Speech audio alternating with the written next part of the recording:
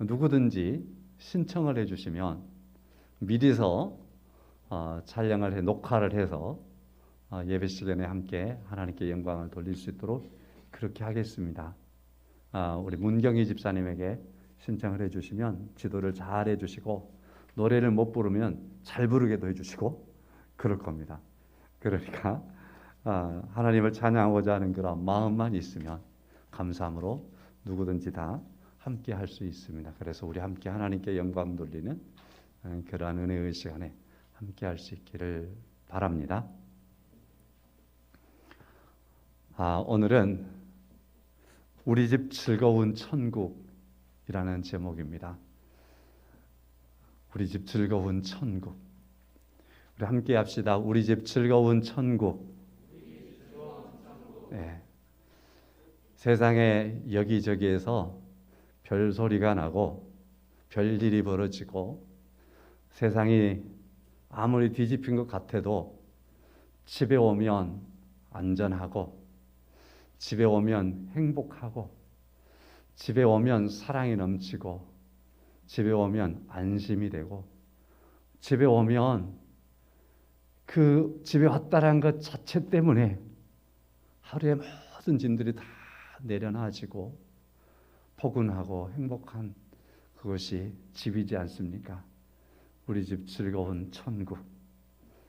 우리 성도님들의 집이 다 그런 집들이기를 축원합니다. 그런 집들인 줄로 믿습니다.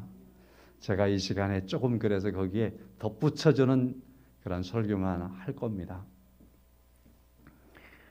가정을 한 글자로 말하면 꿈, 두 글자로 말하면 사랑, 세 글자로 말하면 안식처, 네 글자로 말하면 땅의 천국, 10자로 말하면 보시기에 심히 좋았더라. 아버지를 6자로 말하면 속으로 우는 분, 어머니를 6자로 말하면 정말로 미안해요. 자식들을 4자로 말하면 평생 온수, 6글자로 말하면 그래도 내 사랑. 많이 봤죠? 주보에 제가 지금 써놓은 걸 읽어드리고 있습니다. 한재웅 목사님의 짧은 글을 제가 올려놓았습니다. 그리고 이런 말도 함께 써놓았어요. 주일학생이 교회를 다녀왔는데 그날 천국에 대해서 배웠답니다. 집에 와서 부모님에게 천국이 뭐야? 물어보니까 부모님이 거침없이 주저하지 않고 천국? 우리 집 같은 곳이 천국이야. 우리 집 같은 곳이 천국이야. 우리 집 같은 곳, 예배가 있고 사랑이 있고 찬양이 있고 웃음이 넘치는 곳, 우리 집 같은 곳이 천국이야. 하나님을 부르고 하나님을 예배하는 우리 집이 천국이야. 이런 가정을 우리 자녀들에게 말할 수 있고 우리 식구들이 다 이러한 요소들을 누릴 수 있다면 우리 집 즐거운 천국인 줄로 믿습니다. 우리 집 즐거운 천국입니다. 정말 귀한 말씀이지요. 작년에 제가 본문으로 말씀을 드린 것 같은데 시편 128편 내 집 안방에 있는 내 아내는 결신한 포도나무 같으며 내 식탁에 둘러앉은 자식들은 어린 감람나무 같으리로다. 행복한 집을 그려놓고 있습니다. 천국 같은 집을 그려놓고 있습니다. 이 시대가 많은 것들이 많은 공동체가 상처를 입고 무너지고 있습니다. 심지어는 가정까지라도 많은 위기를 맞이하고 있습니다. 자, 그럼에도 불구하고 성도님들의 가정은 이처럼 천국의 요소들을 하나도 빼앗겨 버리지 말고 천국의 아름다운 요소들을 누리며 살기를 축원합니다. 최초의 아담의 가정 말할 것도 없이 최초의 가정이라고 말할 수 있습니다. 에덴에서 행복하게 출발을 했습니다.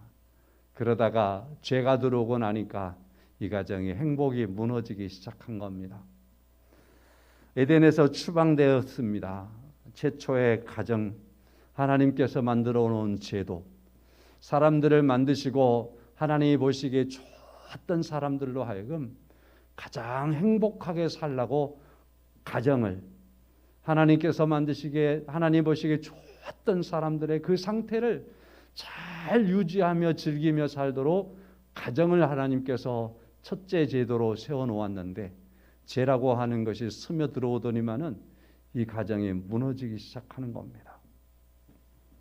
이 가정이 그래서 죄 때문에 부부싸움을 하게 되고 서로에게 책임 전가를 하게 되고 불안하고 초조하고 원망하고 서로 갈등하는 일들이 일어나게 되었습니다. 심지어는 이 부부가 에덴 동산에서 추방을 당하지요. 그에 앞서서 하나님께서는 여인에게는 해산의 고통이 있어야 되겠다. 남자들에게는 땀을 흘려야만이 소득을 얻을 수 있겠다. 땅에서는 엉겅퀴가 솟아나서 무슨 일을 하든지 많은 노동이 힘든 노동이 뒤따를 수밖에 없다 하는 하나님의 저주가 임하였습니다. 자, 그리고 에덴 동산에서 추방을 당하는 겁니다. 자, 그런데도 불구하고 이 두 부부는 그대로 그 모든 것을 다 받아들이는 거예요. 감사하게도 이들 부부가 우리 이혼하자 그 소리를 하지 않은 겁니다. 하나님께서는 이와 같이 첫 번째 가정에는 그들의 죄가 아무리 크고 무거워도 그 죄 때문에 어떠한 저주가 있을지라도 이 가정은 가정을 지키는 데 있어서는 그걸 포기하지 않게 하셨습니다. 사람들의 마음에서도 첫사람들의 마음에서도 그런 마음이 일어나지 않았습니다. 그런데 계속해서 죄는 확장되고 사단의 활동은 강하여짐으로 말미암아 여러 가정들이 파괴되는 일들이 이제는 일어나고 말았습니다. 저는 그래서 이 부분을 가만히 생각하다가 이걸 뭐라고 말할 수 있을까 생각하는 중에 죄의 지나친 진보는 가정의 파괴구나 이렇게 생각을 하게 됐습니다. 제가 죄의 지나친 진보, 죄가 최악에 이르니까 가정까지 건드렸구나 하는 겁니다. 우리는 가정의 위기 속에 살고 있다라는 데는 너나 할 것 없이 다 동의를 하는 것 같습니다.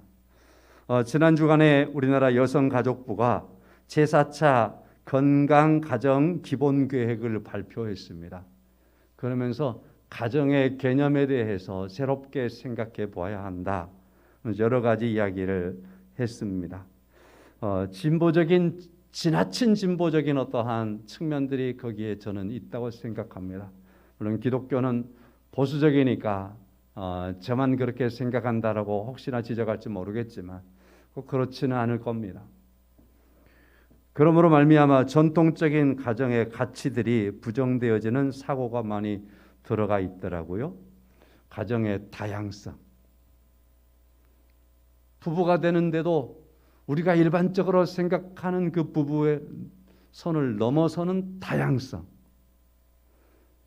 이 다양성을 강단에서 참 말하기 어려울 만큼 성평등성, 차별을 강조하면서 동성애를 옹호하고 전통적인 가족의 그러한 의미가 해체되는 그러한 의미들을 가족이라고 하는 테두리로 다시 묶어놓고 있는 그러한 상황들이 발표되는 것을 보면서 이건 지나치다. 그러지 말아야 될 텐데 물론 현 시대의 어떠한 단면들을 국가가 어느 만큼 수용하고 받아들이다 보니까 그러한 결정들을 하고 있는지 모르겠지만 그러나 어떤 상황과 형편에서라도 하나님의 말씀을 알고 하나님께서 가정을 세우셨음을 알고 하나님께서 어떤 가정을 기뻐하신가라고 하는 것을 알고 가정을 최초에 세우신 이의 의도를 안다면 남자가 남자끼리 부부가 되고 여자가 여자끼리만 부부가 되고 이러한 상황들을 어떻게 이걸 부부라고 말할 수 있겠는가 하는 상황들이 받아들이지 않는 겁니다. 이 시대가 아무리 타락해 갈지라도 하나님의 말씀 안에서 아름답고 소중한 가정들을 세워가는 여러분과 저의 가정들, 그 가정들을 잊지 않고 지켜가는 은혜가 있기를 간절히 소망합니다. 세계에서 가장 잘 사는 사람들 있잖아요. 지난 주간에는 빌 게이츠 부부가 27년 동안의 결혼 생활을 마무리한다라고, 이혼한다고 발표를 하고 말았습니다. 저는 개인적으로 빌 게이츠를 많이 좋아했습니다. 하는 일이 참, 이 사람이 세계에서 돈을 가장 많은 사람 그룹 속에 들어가 있는데도 불구하고 돈 냄새 좀 덜 내고 말이죠. 돈 냄새를 낸다면 가난한 사람들이라든지 코로나19가 발생하니까 백신을 빨리 만들어야 된다고 하면서 거기에 많은 정력을 쏟아주고 돈을 투자해주고 많은 기부단체를 만들어서 거기에 기부를 하고, 혹자는 그 사람이 이러한 기부 활동을 멈췄더라면 세계 부 1위가 되어 있었다라고 평가할 만큼 지금은 4위입니다. 이렇게 훌륭한 일들을 많이 하고 있는 이 사람네 가정, 그리고 이 부부는 함께 어떠한 재단들을 만들어서 세계 여러 곳을 돕고 기부하는 재단들을 만들어서 거기 이 부자가 함께, 부부가 그 일들에 협력해 왔었거든요. 여러 측면에서 참 부부가 괜찮다. 돈 많은 사람답게 참 이 부부가 많은 사람에게 본이 된다. 그런 생각을 하면서 참 긍정적으로 많이 생각하고 살았는데, 지난 주간 보내면서 충격을 받았습니다. 와, 이 부부도 이혼을 하는구나. 그래서 세계에서 제일로 잘 사는 사람들을 쭉 한번 조사를 제가 해봤어요. 필요 없는 짓거리도 많이 하는데, 1위 아마존 최고 경영자 제프 베이조스, 2019년에 이혼했더라고요. 세계에서 2위 루이비통, 잘 알죠? 여자들 백 있고 그 경영자 아르노, 이 사람은 가정은 괜찮아요. 3위 테슬라 경영자 일론 머스크, 돈의 귀재죠. 근데 이 사람 가정도 이혼을 안 했어요. 4위 빌 게이츠, 이혼하기로 했고요. 그 다음에 언론계의 최고 부자 머독, 1998년도에 이혼하고요. 연예계의 재벌로 알려진 깁슨, 2006년도에 이혼하고요. 농구의 황제 마이클 조던, 2006년도에 이혼하고요. 여러 측면에 있어서 이처럼 괜찮은 사람들이, 세계 부호 4위 중에서 2가정이 이혼하고, 각 분야에서 최고의 어떠한 부호들이 이혼을 하고, 이런 영향들이 세계에 미치는 영향력으로 가정들이 많이 힘들어지고 파괴되겠다 하는 생각들을 하면서 안타깝기 그지없습니다. 가정에 하나님께서 천국, 즐거운 천국, 우리 집 천국으로 하나님께서 천국의 모양을 가정에다 심어 놓았는데, 이들이 많은 부호가 되는 것은 성공을 했지만 가정에 천국을 이루지 못했었구나 하는 데는 아쉬움이 많습니다. 우리 성도님들의 가정에 그 어떠한 것이 많을지라도, 혹시 작을지라도, 그것 때문에 우리 성도님들의 가정이 천국의 모습으로 남아있는 것에 지장이 없기를 바라고, 지장받지 않기를 바라고, 그 영향력이 하나님이 세우신 가정을 파괴하지 못하도록 믿음 안에 서 있는 은혜가 있기를 소망합니다. 영국의 윌리엄 4세가 죽었어요. 그가 죽을 때 그의 자녀들의 나이는 너무 작았습니다. 아들이 없고 딸이 있었는데, 이 어린 소녀, 아버지가 죽고 나니까 대신들이 와가지고 이제는 공주님께서 아버지를 이어서 이 나라의 왕이 되어야 합니다. 그래서 영국의 왕이 되었답니다. 그가 왕이 된다라는 소리를 듣자마자 그는 가장 먼저 하나님께 무릎을 꿇었답니다. 그리고서 하나님께 간절히 기도하기를 간략합니다. 하나님, 나와 영국을 이끌어 주세요. 하나님, 나와 영국을 이끌어 주세요. 이 소녀는 영국의 왕이 되었습니다. 64년 동안 왕으로 있었습니다. 여왕의 자리에 64년 동안 있으면서 영국은 해가 지지 않은 나라라고 하는 명성을 얻었습니다. 인도의 한 왕자가 이 훌륭한 이 여왕에게 다가와서 하루는 질문을 던졌다지요. 어떻게 이렇게 훌륭하게 왕으로서 이 나라를 번영한 나라로 이끌 수 있었습니까? 이 오랫동안 존경을 받으면서 이 나라를 부강한 나라로 만들 수 있었습니까? 해가 지지 않는 나라로 이 나라를 어떻게 이끌 수 있었습니까? 라고 질문하니까 그는 이렇게 대답했답니다. 그것은 바로 주님의 말씀인 성경에 모든 것을 의뢰하며 그분의 뜻을 따르는 것이었습니다.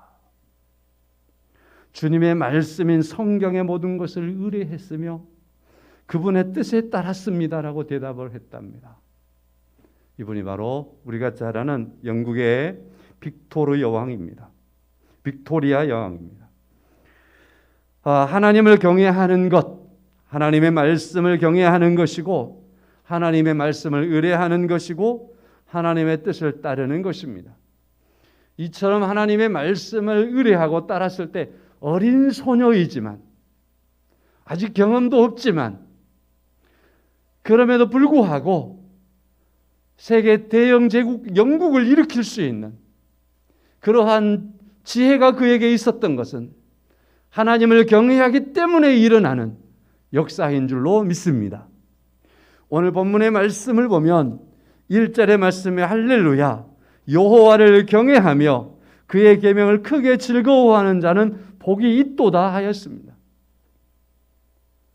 여호와 하나님을 경외하는 것이 바로 이처럼 소중한 한 소녀의 모습이었고 여호와 하나님을 경외함으로 말미암아 한 나라를 운영할 수 있었고 세계적인 나라로 나라를 세워갈 수 있었던 것처럼 사랑하는 성도 여러분, 우리들의 가정들이 여호와 하나님을 경외하는 가정으로서 우리들의 가정 안에서 하나님을 예배하는 예배가 있고 기도가 있고 찬양이 있고 즐거움에 대한 서로의 화답이 있고 그리고 함께 사랑하면서 예배하며 기도하는 그러한 가정으로 세워져서 여호와 하나님을 경외하는 그러한 가정으로 성도님들의 가정에 은혜로운 삶들이 이루어지기를 축원합니다.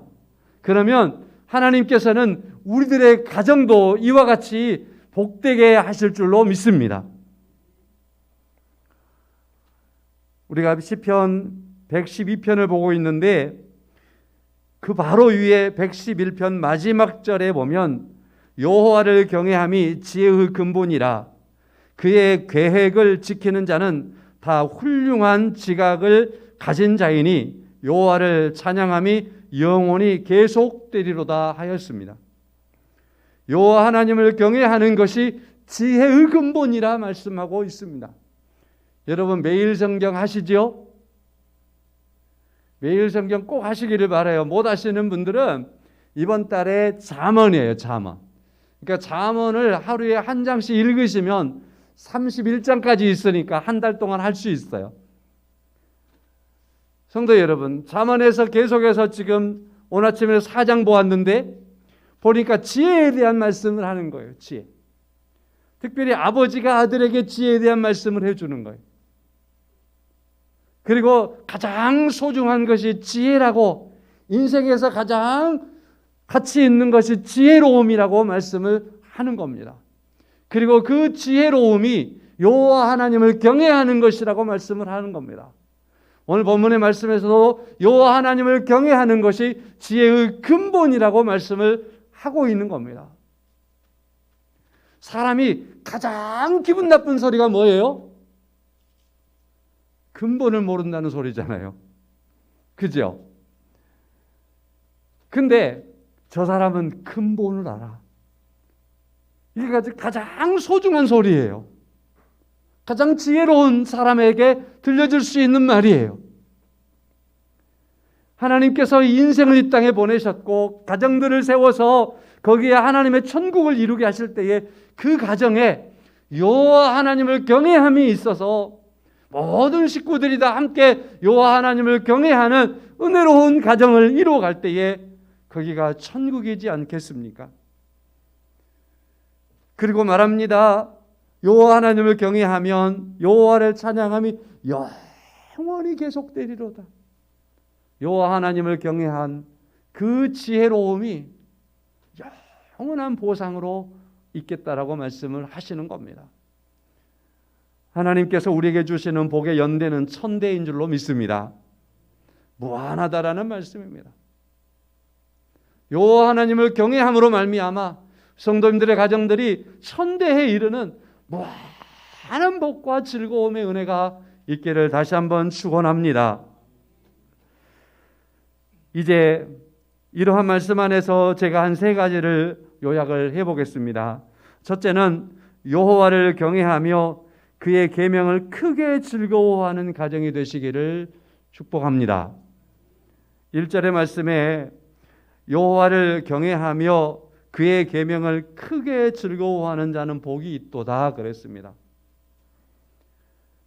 여호와 하나님을 경외하면서 하나님의 말씀을 크게 즐거워하는 그러한 은혜가 있기를 바랍니다. 이제 크다라는 말씀은요, 열렬이라는 뜻이 있습니다. 열렬이라는 뜻이 원문에 가서 보면 그 원문의 뜻 안에는 열렬이. 터커라고 하는 야구 선수가 있습니다. 야구를 좋아하시는 분은 알 거예요, 누군지.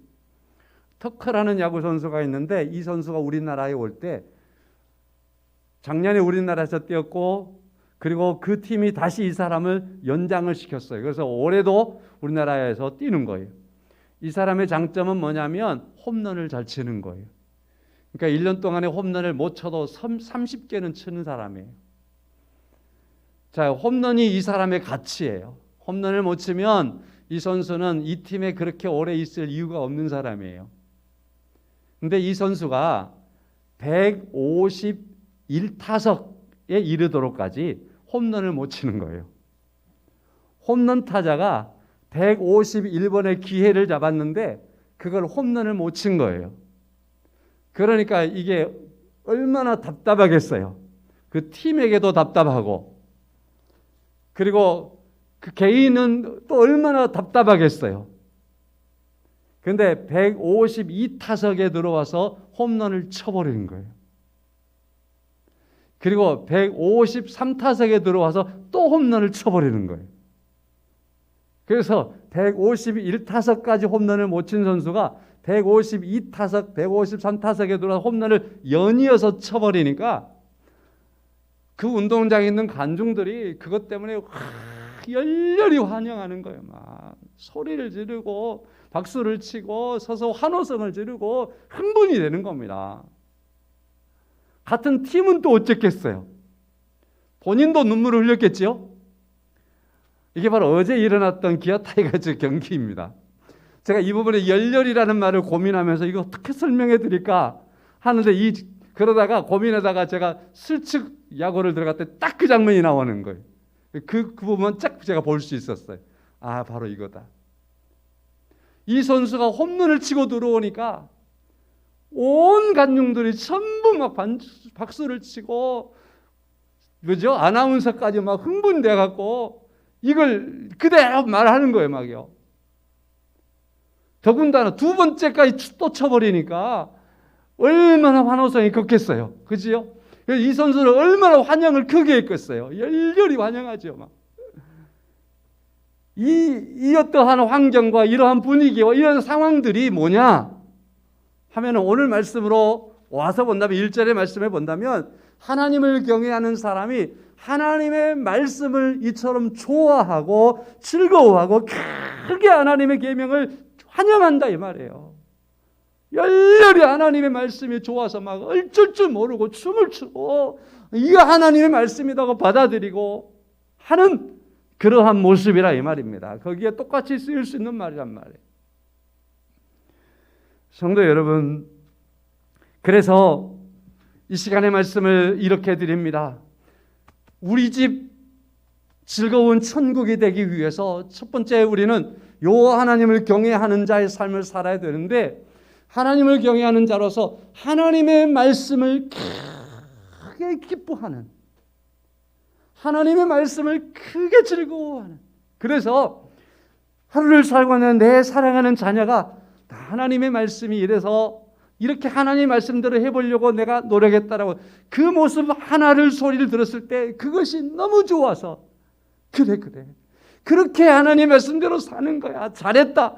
그것이 환호성이 되어지고 감사가 되어지고 은혜가 되어지는 하나님의 말씀이 우리 가정 안에 스며들어와서 그 말씀이 하나하나 이루어지고 실천되어지는 것으로 인하여서 하나님의 말씀이 이루어지는 것 때문에 행복하고 감사하는 그러한 가정이 우리 성도님들의 가정이 되시기를 축원합니다. 그 가정은 누가 이루느냐? 하나님을 경외하는 사람의 가정에서 이루는 겁니다. 제가 너무나 좋아하는 말씀 가운데 요한복음 1장 12절 영접하는 자 곧 그 이름을 믿는 자들에게는 하나님의 자녀가 되는 권세를 주셨으니 우리는 바로 이처럼 주님을 영접한 사람들입니다. 하나님을 경외함으로 말미암아 주의 말씀을 사모하는 사람들입니다. 바로 그 요소가 가정의 달에 우리 성도들의 가정에 있기를 다시 한번 축원합니다.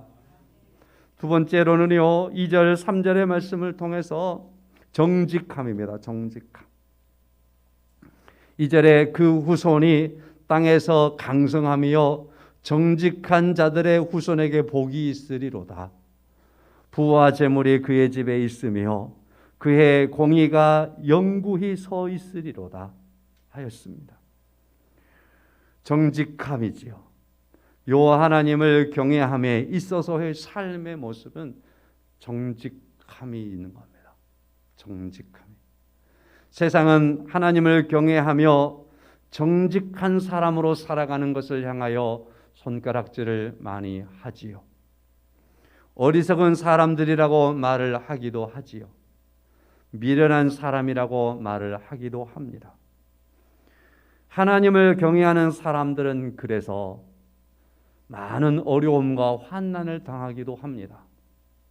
그럼에도 불구하고 하나님을 경외함으로 정직하신 하나님이 내 안에 계심으로 말미암아 그 정직하신 하나님에 대한 영향력이 우리의 삶을 지배하고 있기 때문에 우리는 그 어려운 환경 속에서도 정직한 하나님의 사람으로 정직한 가정으로 그 정직함이 가정의 천국의 모습인 줄로 믿습니다.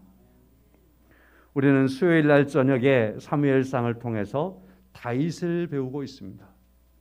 다윗에 대한 말씀을 보면서 또 보아도 이분 안에서 물론 때때로 실수함이 있기도 하지만 그러나 이분이 정직함에서 벗어나지 아니하려고 많은 노력들을 하는 것을 볼 수 있습니다.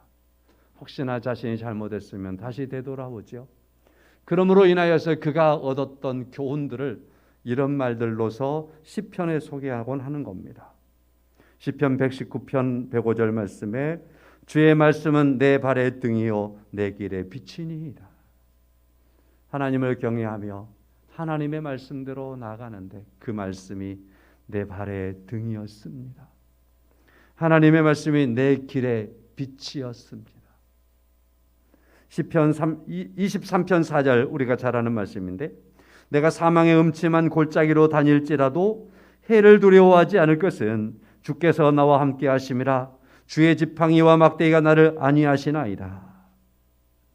사망의 음침한 골짜기로 다닐지라도 주께서 나와 함께 하심이라. 주께서 나와 함께 하심을 놓치지 않고 살아갔던 겁니다. 세 번째로 드릴 수 있는 말씀은 은혜를 베푸는 가정이겠지요. 5절의 말씀은 이렇습니다. 은혜를 베풀며 꾸어주는 자는 잘 되나니 그 일을 정의로 행하리로다 하였습니다.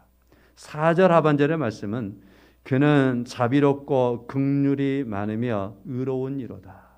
여기서 자비롭고 긍휼이 많다라고 하는 것에 대한 보충된 설명을 5절의 말씀에서 은혜를 베풀며 꾸어주는 자는 잘되니 이렇게 말씀을 하고 있는 겁니다. 은혜를 베풀며 꾸어주는 자. 룻기를 보면 보아스라는 사람이 있습니다. 저 이방에서 왔던 이방 여인 룻이라고 하는 여인, 많이 불쌍한 여인이지요.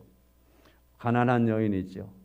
이 룻이 어느 날 어느 사람의 밭에 가서 이삭을 줍는 겁니다. 이삭을 줍는데 부지런히 줍는 것을 보았습니다. 그랬을 때 보아스라고 하는 이 집주인이 자기 하인들에게 저 아이가 이삭을 줍는 것을 방해하지 말아라. 저 아이가 이삭을 하나라도 더 줍도록 배다가 하나씩 이삭을 빼어 놓아라. 그래서 하루 종일 이삭을 주우려다가 이삭을 하나도 줍지 못하고 허탈하게 가는 가난한 사람이 되면 안 된다. 이삭을 주우러 왔으니 이삭을 주움에 대한 그러한 대가가 있어야 되지 않겠느냐 하면서 그 이삭을 줍는 그에게 이삭이 안 떨어져 있으면 이삭을 줍는 이에게 할 수 없는 거죠. 그런데 주인은 그 이삭을 오히려 더 떨어뜨려 놓으라고 말하는 겁니다. 자, 그래서 열심히 이삭이 많이 있으니까 더 열심히 룻이 부지런히 이삭을 줍는 겁니다. 식사 때가 됐을 때에는 그에게 물도 주고 먹을 것도 제공해 주면서 배고프니까 이것 먹고 이삭 주우라고. 이런 주인이 어디 있어요? 자, 이와 같이 긍휼을 베푸는 주인이었습니다. 은혜를 베푸는 주인이었습니다. 사랑을 베풀어 주는 주인이었습니다. 자비를 베푸는 주인이었습니다. 이 사람의 이름이 보아스였습니다. 다윗의 조상을 흩어다 보면 증조 할아버지의 이름에 보아스가 있는 겁니다. 사랑하는 성도 여러분, 예수님의 족보를 열어보면 다윗이 있고 보아스가 있는 겁니다. 긍휼을 베푸는 사람, 자비를 베푸는 사람, 이 사람에게 있어서 이 의로움을 보고서 그 의로움이 영원하도록 했습니다. 6절 그는 영원히 흔들리지 아니하며 라고 하는 대가를 얻었습니다. 성도 여러분, 이처럼 얼마나 귀하고 소중합니까? 우리 하나님을 믿는 사람들에게 팍팍한 세상 속에서 긍휼을 하는 사람, 자비를 하는 사람, 은혜를 베푸는 사람으로 살라고 말씀을 하고 있습니다. 그 집을 보면 너무나 빡빡하고 그 집을 보면 아무것도 없고 아무것도 나올 게 없는 집이야. 이렇게 인색한 집이 아니고 하나님을 믿는 사람의 가정에서 흘러나오면 자비롭고 긍휼이 있고 은혜가 베풀어지는 그러한 가정이어야 한다라고 말씀을 하고 있습니다. 이것이 하나님을 경외하는 사람의 삶 속에서 드러나는 삶의 가치인 줄로 믿습니다. 예수님께서 여러 가르침이 있었습니다마는 그 가르침들 속에서 이런 가르침이 있었어요. 마태복음 6장의 말씀 보면 너희의 보물을 하늘에 쌓아두라. 보물을 하늘에 쌓아두라는 겁니다. 이 땅에서 사는 사람들, 여러분 질문해 볼게요. 보물을 어디에 쌓아놓으십니까, 여러분? 은행입니까? 하늘에는 어떻게 쌓아야 되는 겁니까? 예수님께서는 하늘의 보물을 쌓아두라고 말씀을 하시는데 말입니다.